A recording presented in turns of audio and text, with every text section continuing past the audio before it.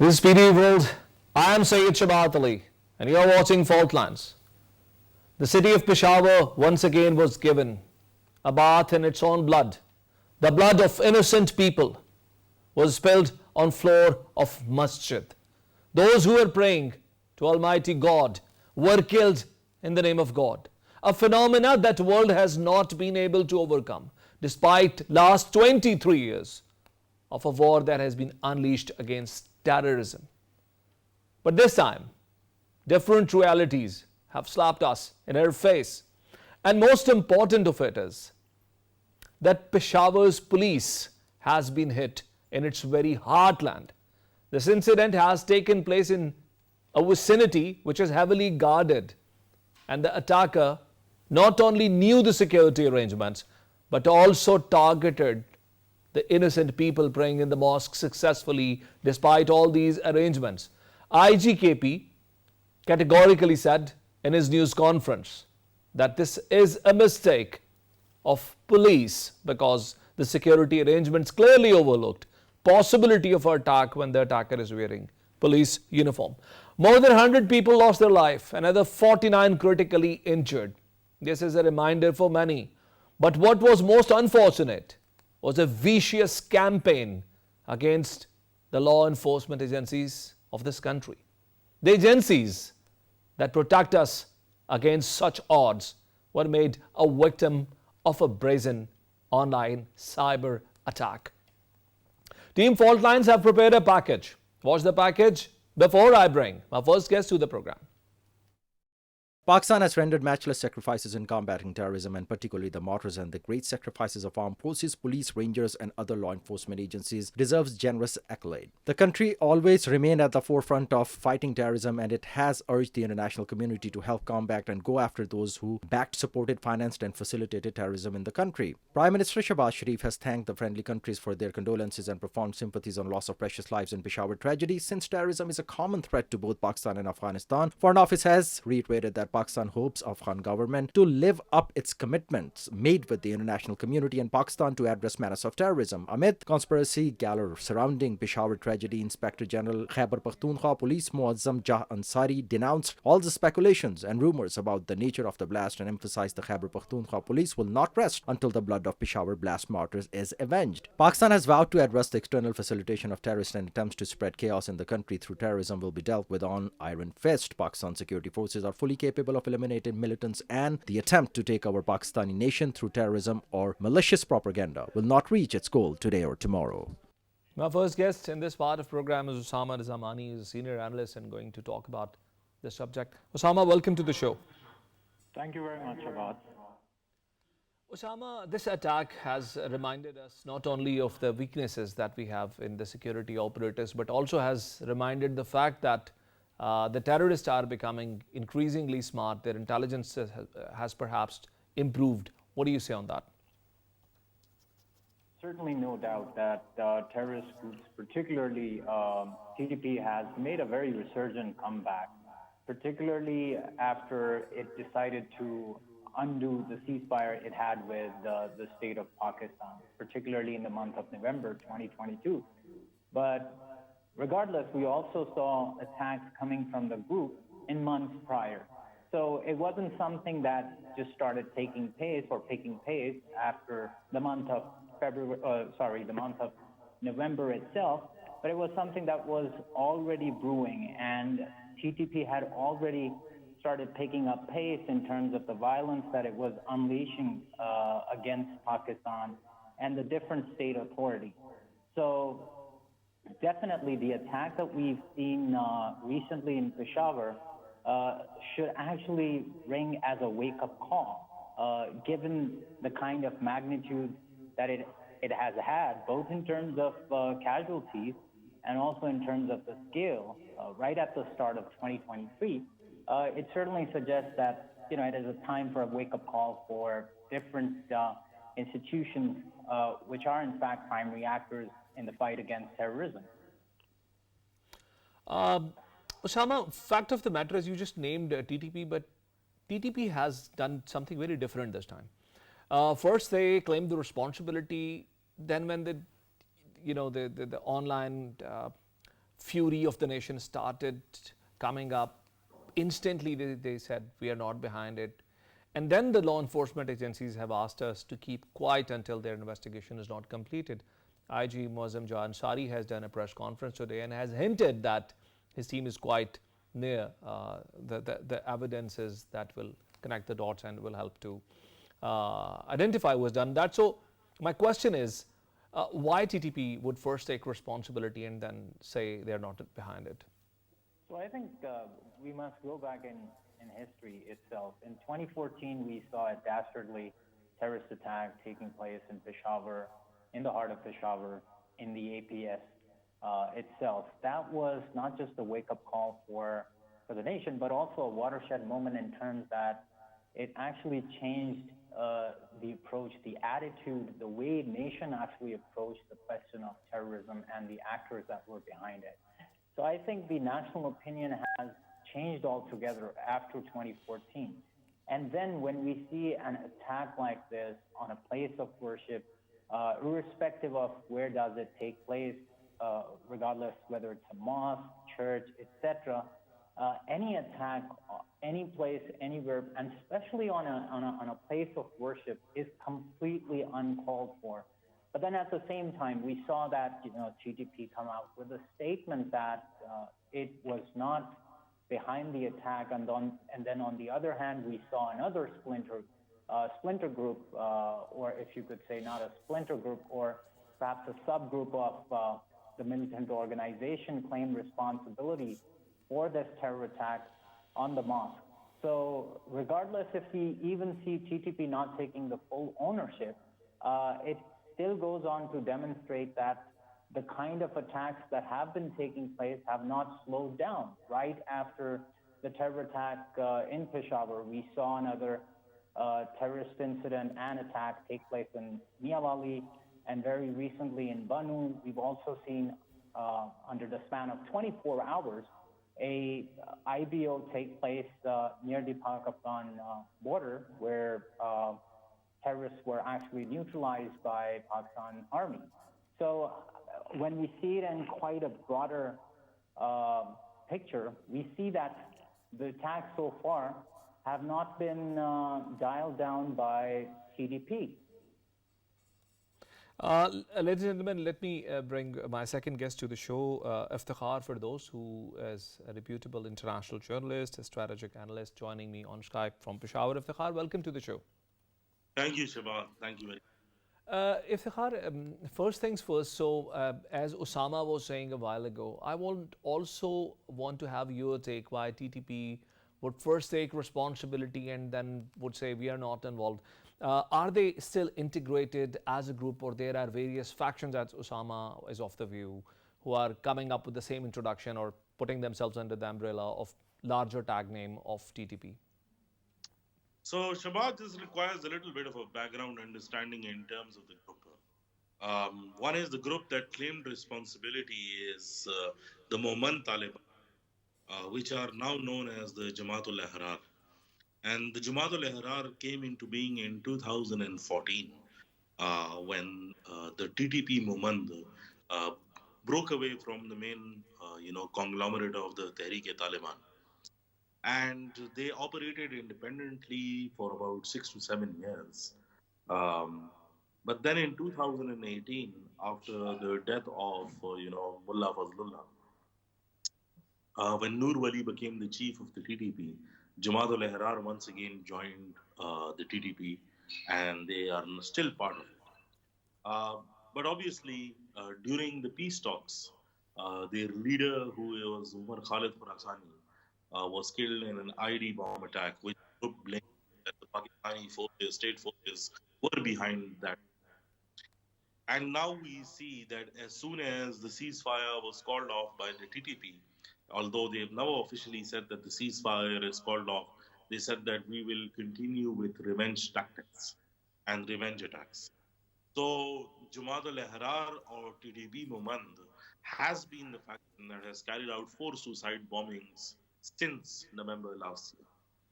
And we see this recent bombing, TTP distancing itself, as well as the one faction claiming responsibility. They gave out the details on who the bomber was, this particular faction. But the TTP has been consistently saying that they do not claim this particular bombing. Now, what does that mean in the larger context? In the larger context, it could mean three things. Number one is that the group is, if there's infighting in the group, and obviously a portion of the Taliban are causing, carrying out these bomb attacks as revenge killings for their leader. Secondly, one can say that obviously the militants are not under control any one particular command chain, and so obviously that has its own connotation attached to the peace process. And then lastly, I think what I believe and what my opinion is that there is pressure from the Afghan Taliban because he obviously is operating from Afghanistan and owing to national. Iftikhar, Iftikhar, you have brought the conversation to a very interesting point. Now, if they are not centrally integrated under one chain of command, how come they have hit not only KP's police in its heartland, but also to the KP's government, which has just taken guards after resignation of the previous government going back. This not only points out the degree of precision that they had, the degree of intelligence that they had, but also the ability to pick up the right targets to demoralize the provincial security operatives. Apparently, either some international forces are behind it or someone has planned it with extreme precision. What's your take on that?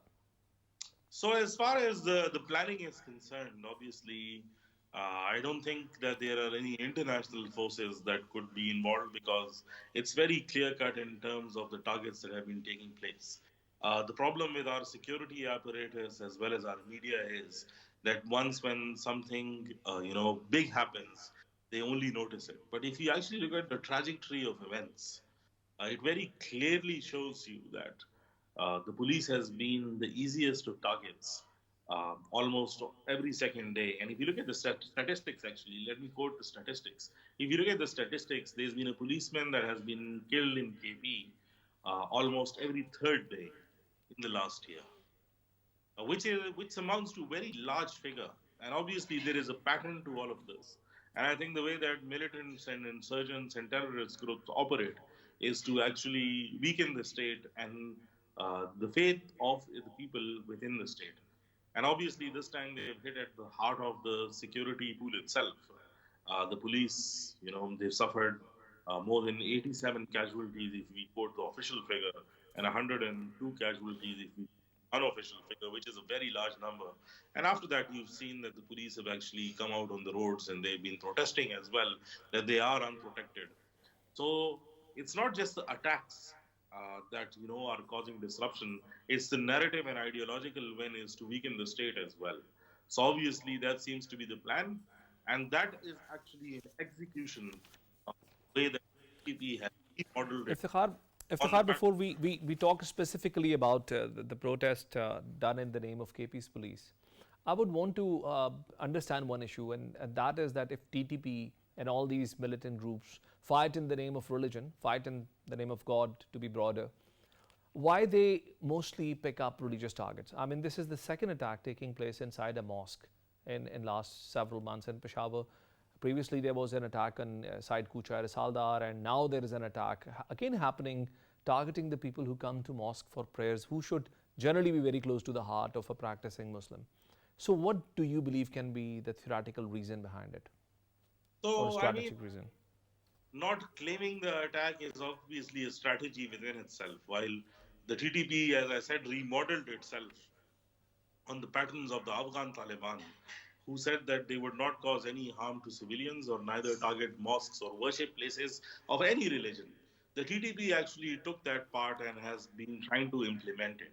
One of the main reasons for which the TTP central group has not claimed responsibility for this attack is that it took place in the mosque, but a portion of the TTP has claimed the attack.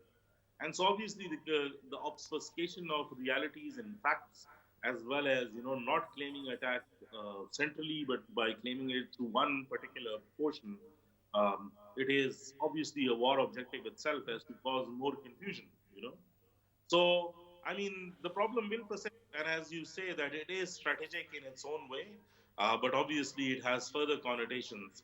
And while you say that mosques are being targeted, if you look at the previous attack by that took place in Peshawar, that was claimed by ISKP, a total different ideology. But TDP this time centrally has been refraining from claiming attacks, and obviously that is under international pressure as well because they're in Afghanistan and they don't want to spoil their relationship with the Afghan Taliban because for claiming the attack, the Afghan Taliban will also come under pressure to take action against TTP in Afghanistan. Ladies and gentlemen, there was a press conference. There was a press conference done by IGKP today. Before we take, we ask any further question from our prestigious guests, let's listen to the crisp or crux of the press talk that IGKP had today with the media. Drone हमले से छत पे सुराख होना चाहिए था, कहाँ है वो सुराख? मीडिया के पास फुटेज मौजूद है, वो ड्रोन हमला कहाँ से आया, किस जगह से किया? हर आदमी एक साइंसदान बना हुआ है यहां पे, ग्राउंड के ऊपर देखा नहीं है किसी ने. जो बॉम्ब डिस्पोजल यूनिट है, जो स्पेशलिस्ट है, जो काम करने वाले, उनको कोई समझता है कि शायद वो सारे के सारे अलायकार बने हुए हैं. ये आप हमारी दुख में, हमारी तकलीफ में इजाफा कर रहे हैं, हमें छोड़ दें. हम तफ्तीश कर रहे हैं. हम अपने बच्चों की कुर्बानियों को जाया नहीं होने देंगे. हम अपने शहीदों के कातिलों को ढूंढ रहे हैं. हम अपने शहीदों के कातिलों को ढूंढेंगे और उनको हम जो करार वाकई सजा देना कानून कहता है हम करेंगे. Osama, if I still have you with me, my question is, you just heard this press talk, which was, I stand corrected, it took place actually yesterday, not today. And IGKP said in one line, he is looking for the murderers of his children. What do you see in this press talk?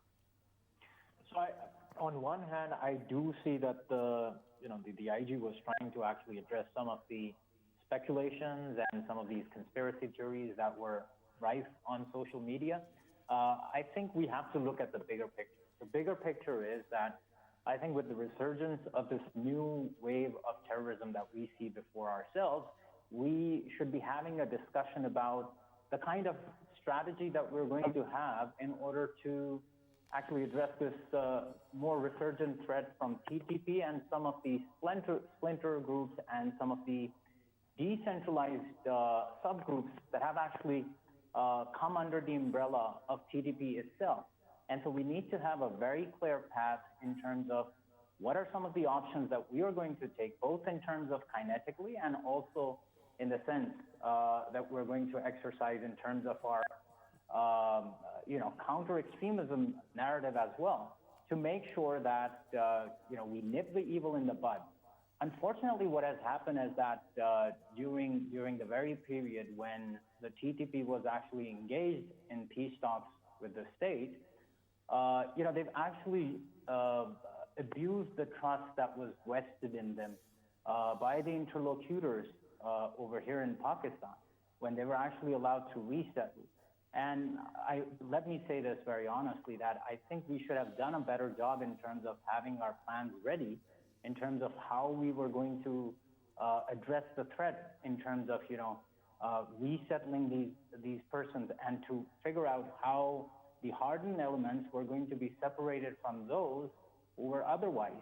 So I think that clear plan has to be brought up, and that has to be brainstormed at the earliest in order to make sure that the threat does not go on to pose as severely, which can, sort of take us back to the kind of challenge that we saw, a decade ago, or some years back, or 8 or 10 years ago.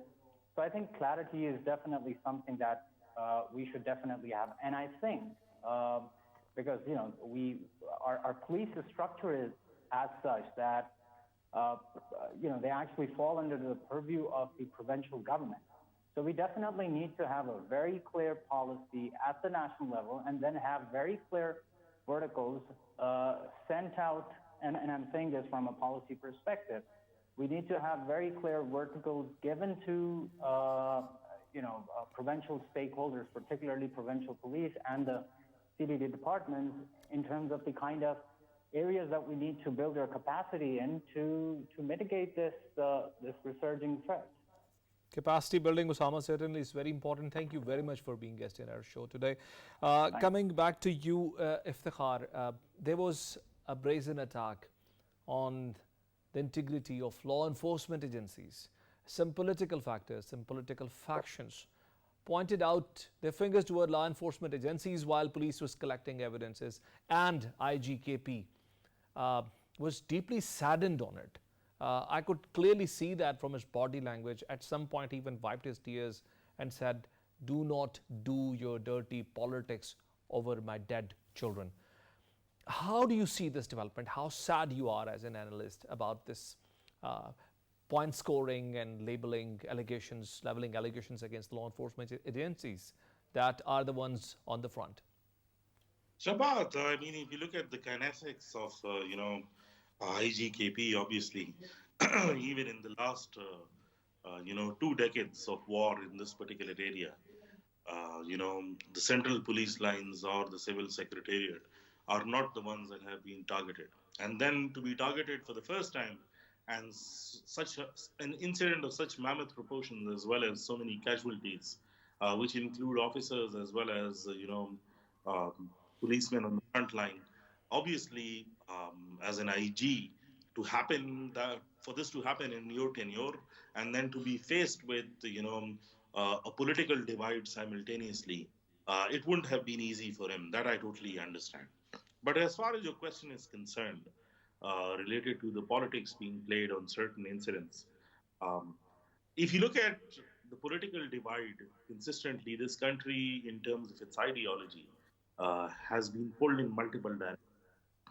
And it has reached to the point where almost every single narrative that has been built on national integrity has doubters. You heard the IG also saying that, people think that it was a drone strike. And he says that that is a direct accusation as to say that the bomb disposal squad stopped. They were actually speaking on behalf of partial facts. And that actually sort of takes the point home. He's very clearly saying that his own police force has been involved in saying that, the police force has been obfuscating facts as well as details of the incident to say that, it was a drone strike.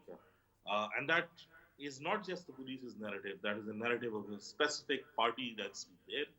And obviously that is causing the political divide. And when there is a political divide at a national level, you see the trickle-down effect of such a divide directly seeping into the state institutions, while police was already demoralized with the consistent attacks. And then when such a big incident happens, you see the political divide still prevailing without any national unity. It makes it more difficult. And if it's the police this time, Shabahat, the prognosis says that it would be some other institution as well. But the narrative of divide will remain the same. And I think one of the important points is that an all-parties conference has already been called to build up a national narrative against terrorism. But then again, PTI, before you come into your show, I heard the statement saying that they will not be attending that all-parties conference, which once again show that it will not be a consensual decision. Thank you very much, Iftikhar, for being guest in our program today. Ladies and gentlemen, before we close this section of our program, there are two important things that I would like to say. IGKP categorically pointed out that this was not a drone strike, and that he had to say because there were a lot of negative speculations being spread through rumors on the social media. The mainstream media certainly didn't follow such nonsense. And the other thing is that the allegations leveled against law enforcement agencies have certainly been very disturbing for every responsible member of this nation, and this is what was a major reason of his agony as well. We'll take a break and we'll join you back with second segment of our program. Stay with us.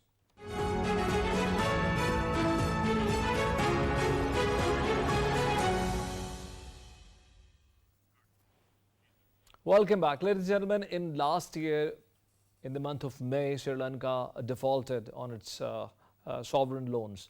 And this default was a major headline. Sri Lanka was the first country in the region, in the list of the developing countries, that went under default as an aftermath of the war between Russia and Ukraine and the global financial crisis unfolding since COVID-19.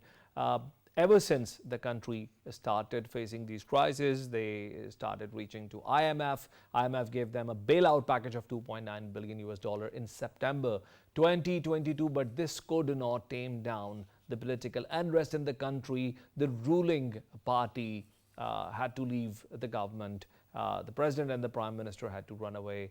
Country is today in serious economic turmoil, yet it has been media fatigued. We don't hear many international channels now today talking about the economic crisis of Sri Lanka and how the government of Sri Lanka is planning to come out of these crises. Team Fault Lines have prepared a package. Watch the package before I bring my first guest to this part of my program.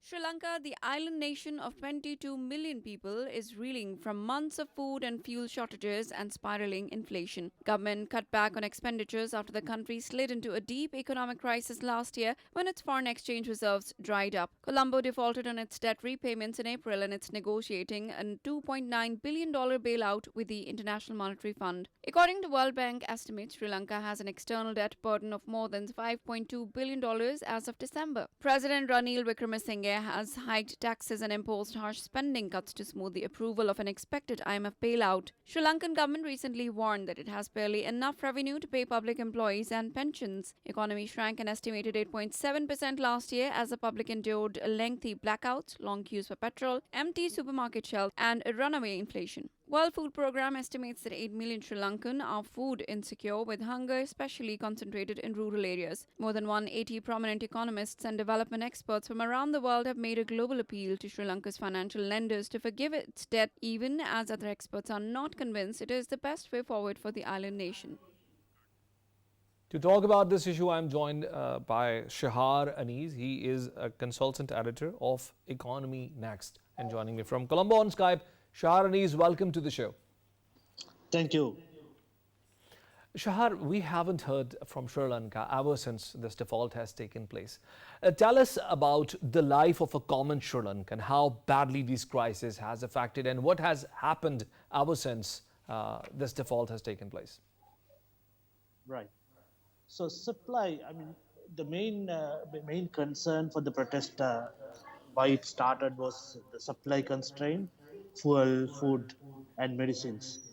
Now the supplies have somewhat improved. So people are seeing a recovery, but the issue is the IMF restructuring program. Uh, with Sri Lanka going to IMF, they came up with some reforms, and the tax reforms, more than everything, is now haunting most of the people. So people are again protesting against high tax reforms, and they are also considering to increase the energy prices further. Last year also they increased energy prices by more than 60%. Now they want to increase it further. So people have gone from pillar to post. They are skipping food, three meal, daily.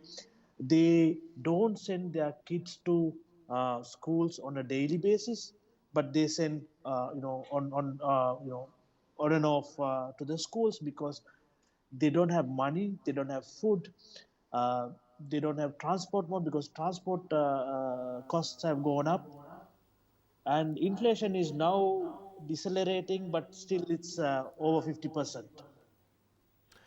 Shahar, IMF had put one condition forth to Sri Lanka, and it was to renegotiate the debts that Sri Lanka has to major creditors like China and India, who have given maximum money to this island nation.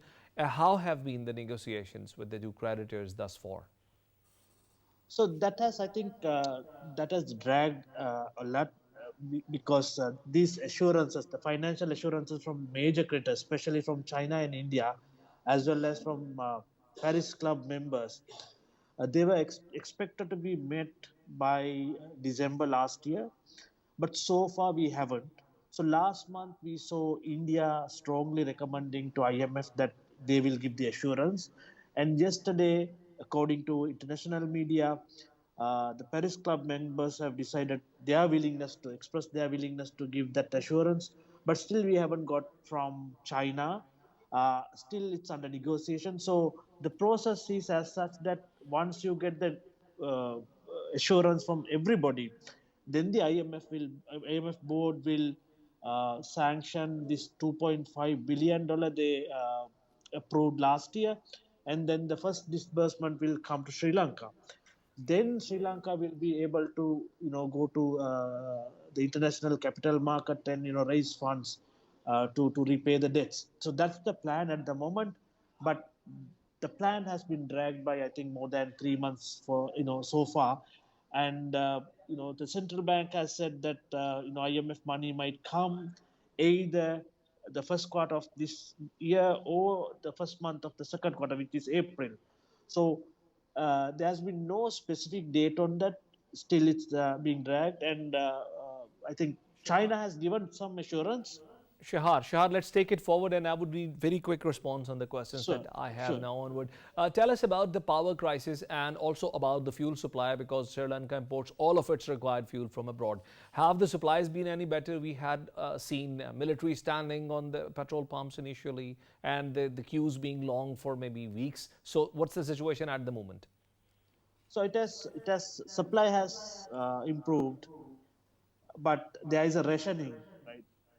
You cannot have as and when you want.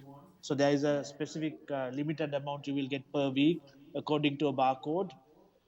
So that's the supply situation on fuel, but you don't see queues and you don't see militaries standing around and in fuel sheds. And you asking something else? Sorry. And power outages. There were Power large outages power still, outages. yes, yeah. So we had 13 hour of power cuts last year in March, but that has reduced to 2 hour and 20 minutes as of now. But still, there is a risk of power cuts duration being increased because there is no solution has been met yet. And how about the devaluation of currency? Because when this all was happening, the currency had gone out of control. And one of the major conditions IMF had given to Sri Lanka was to open up the exchange rate. So, how has the market responded to it? So far, the currency has been kept steady. There is no change yet. I think once the IMF start disbursement, that might change. They have asked for flexible exchange rate. Yes, that's true. But at the moment, currency has stabilized because of high interest rate. The central bank has tightened the monetary policy like nothing. So our market interest rate is something like 30%, though the inflation is more than 50%. So because of the tight monetary policy, we see a stable currency. But once the economy starts to pick up and the interest rates, are going to fall, then there will be an issue like how the flexible exchange rate will work. Thank you. Thank you very much, Shahar Anis, for being guest in our program today. You're welcome. Ladies and gentlemen, the crisis unfolding in Sri Lanka have only stalled because the talks between IMF and Sri Lanka are still in progress. Major creditors have so far not done any benefit, not made any major change in their policy. Let's see how Sri Lanka grapples with the situation that they have in hand. We'll join you next week with another program. And until then, Allah Hafiz.